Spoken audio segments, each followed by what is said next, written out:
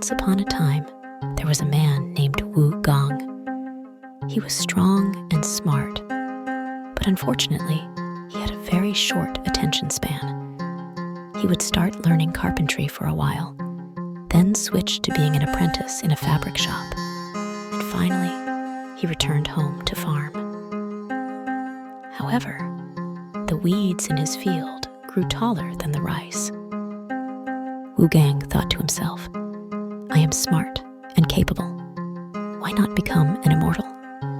So, he set out to find an immortal.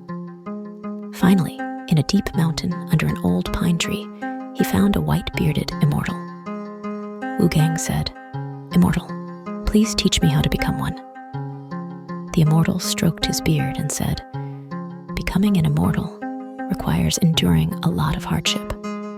Can you do that?" Wu Gang nodded and said, "I can." The immortal said, "Then start by learning to collect medicinal herbs with me." After climbing the mountains for more than 10 days, the immortal taught him a lot about herbs. Impatient Wu Gang said, "Immortals should be carefree and happy. How can they spend all day collecting herbs?" The immortal said, "Then read this celestial book thoroughly. Once you understand the principles of all things in the universe, it will be easier to learn the way of the immortals." Wu Gang gave up reading the celestial book after a few days and said, "How can reading this book make me an immortal?" The immortal got angry and said, "Then what exactly do you want to learn?" Wu Gang said, "I'll learn to fly. I want to see the moon." The immortal sighed and said, "Close your eyes, and I'll take you to the moon." When Wu Gang opened his eyes, he saw a barren landscape. Walking to a pile of stones, he saw a large tree covered in yellow flowers, as big as bowls, emitting a fragrant scent. Wu Gang asked, "What tree is this?" The immortal said, "This is a 500-year-old cassia tree.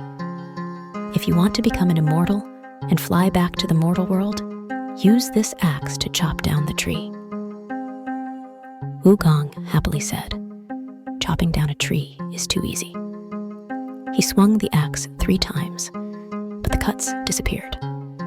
The immortal laughed and said, "This tree is also called the 300-axe tree. Only by chopping it 300 times continuously can you fell it. Impatient people can never chop it down."